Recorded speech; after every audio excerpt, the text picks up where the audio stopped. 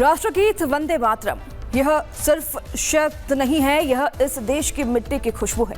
यह आजादी के दीवानों का नारा है, लेकिन कुछ टुकड़े टुकड़े गैंग वाले, कुछ तुष्टीकरण की राजनीति करने वाले नेता इससे गाने से इनकार करते हैं और उसका अपमान करते हैं।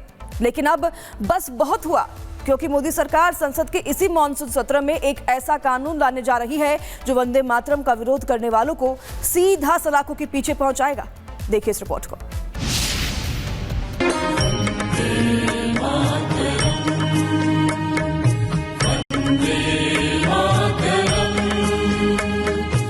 वंदे मातरम का हर छंद इस देश में हर व्यक्ति को याद रहे, इसकी व्यवस्था भी सुनिश्चित करना। मुझे लगता है ये बिल पूरी तरीके से सामने आए, इस पे विस्तृत चर्चा हो और ये समझ में आए कि राष्ट्रगान, राष्ट्रगीत के जब ये बनाए गए थे उस समय क्या रूल्स एंड रेगुलेशन बनाए गए थे, उन सब पे विस्तृत चर्चा हो जाएगी। संसद का मॉनसून सत्र शुरू होने वाला है और इस बार की गर्मी विपक्ष के उन नेताओं को पसीना पसीना कर देगी जो भारत माता की जय और वंदे मातरम बोलने में शर्म महसूस करते हैं। केंद्र सरकार संसद में राष्ट्रीय सम्मान अपमान निवारण संशोधन विधेयक लाने की पूरी तैयारी में है।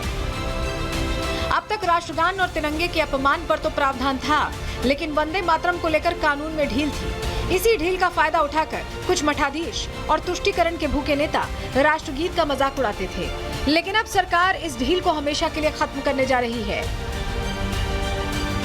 जानकारी के मुताबिक राष्ट्रीय सम्मान अपमान निवारण संशोधन विधेयक में कई कड़े प्रावधानों का जिक्र है।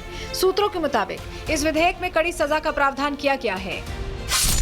प्रावधान नंबर 1, वंदे मातरम गाने में रुकावट डालने या उसका अपमान करने पर 3 साल तक की जेल या भारी जुर्माना। प्रावधान नंबर 2, सरकारी कार्यक्रमों में जन गण मन से पहले वंदे मातरम गाना अनिवार्य होगा।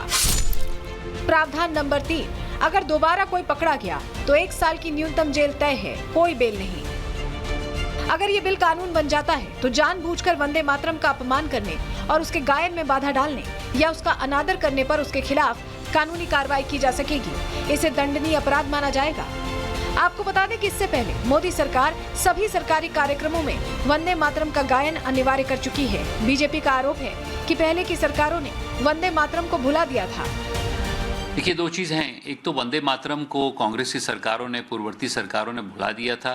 उन्होंने सिर्फ पहले 2 छंद रखे थे और हमने देखा पार्लियामेंट में जब डिबेट हुई तो उसमें ये निकल के आया कि सभी छंद बंकिम चंद्र चट्टोपाध्याय जी ने 150 साल पहले लिखे थे और इसके उच्चारण से माँ भारती का जयगान होता है, सांस्कृतिक राष्ट्रवाद को आगे बढ़ाया जा सकता है। और इसी कारणवश हम लोगों ने हमारी सरकार ने ये लागू किया है कि वंदे मातरम का पूर्ण गान होना चाहिए। तो साफ है, मॉनसून सत्र में सिर्फ बिल नहीं आएगा, बल्कि उन ताकतों का हिसाब होगा जो देश के भीतर रहकर देश विरोधी एजेंडा चलाते हैं। अब देखना यह है कि जब ये बिल टेबल होगा तो कौन कौन से चेहरे बेनकाब होते हैं और कौन कौन इसके विरोध में खड़े होते हैं।